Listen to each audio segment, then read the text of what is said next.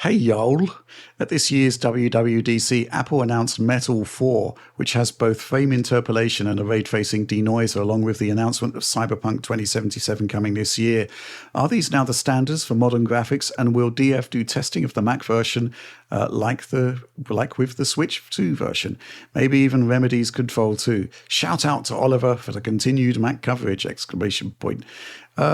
this is clearly an Oliver question, right, Oliver? Yeah, I'd love to do more Mac coverage, to be honest with you, but unfortunately, I have two Macs, an M1 Max, a MacBook Pro, and an M1 Ultra Mac Studio, and some of these more advanced features here, like mesh shading, like hardware ray tracing, they require M3 and M4 class chips. That would be like a 2023 revision, a 2024 revision of these chips. So at some point I will upgrade, but for now I'm pretty happy with my computer. You know, my M1 Ultra, it's not the most amazing chip for gaming, but it's still a really good chip for video editing. So I'm not really feeling the squeeze there too much.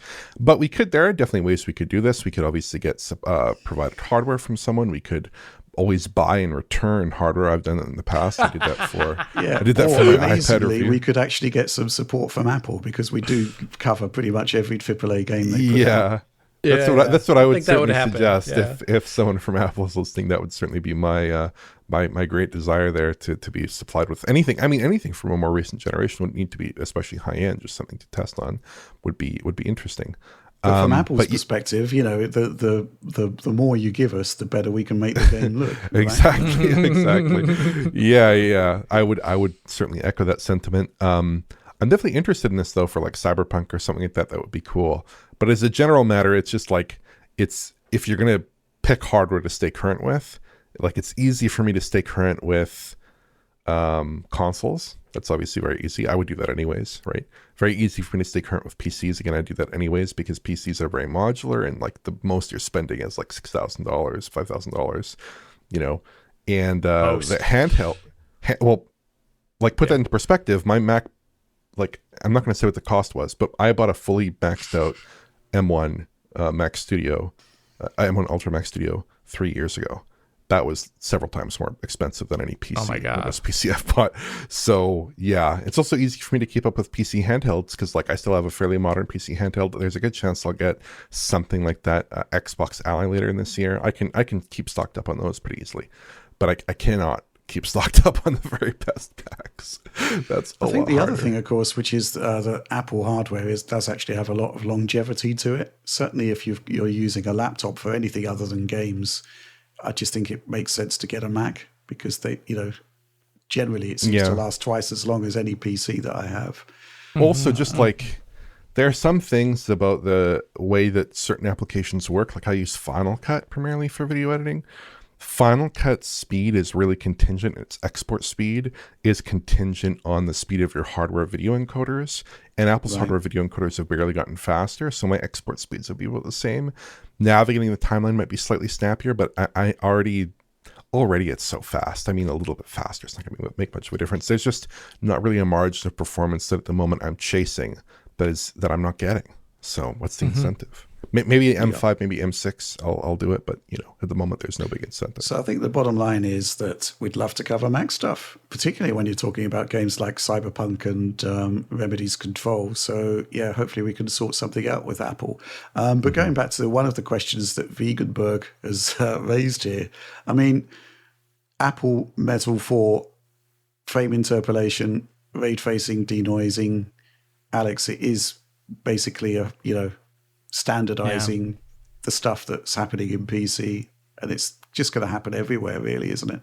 Yeah, and it's interesting to see. I really wonder what the driving force is at Apple for this, because I don't know how well these games sell that they're doing, and these super high-end features that they add in.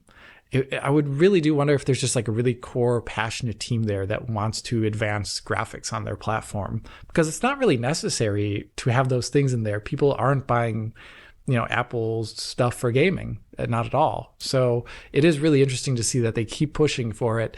And I find it actually great. They're pushing, like I just described earlier, they push mesh shaders, they pushed their own upscaler, a ML version of their upscaler. They pushed a Now they're going to be pushing denoising. These are things that the other, like you look at your Sony, your Microsoft, and even AMD themselves, they're technically behind in some of these areas. So it's really interesting to see that they're pushing this from their perspective. I'm also curious, whatever the Cyberpunk port looks like, if they're using the exact same ray tracing that we see on PC, or if it's something that is more cooked up and special and doesn't one-to-one translate over to what we see in the PC release.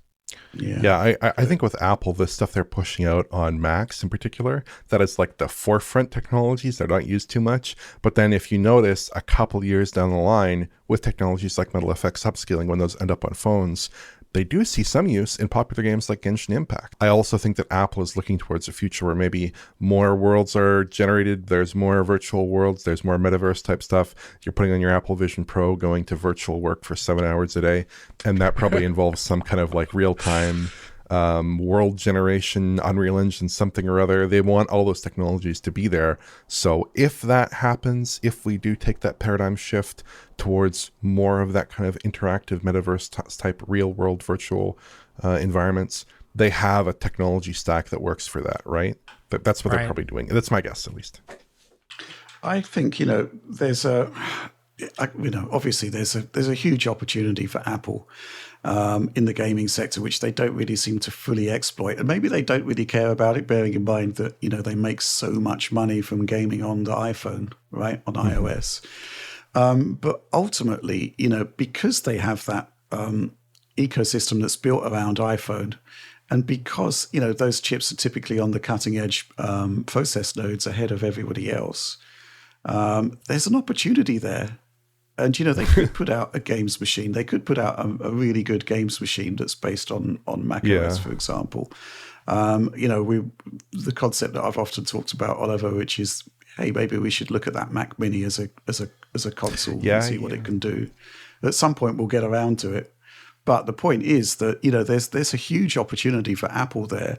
All of this behind the scenes research is basically bringing you the features that you'd need to make this happen. So, maybe it's just not big enough of a prize for Apple to be pursuing. But certainly, I'd love to see it. It's probably pretty low margin relative to phones and Macs. That's the only thing, right? Historically speaking. But interesting market. But you look at the Mac Mini, and they're already putting out a device that's, using a cutting edge processor at a really cheap price.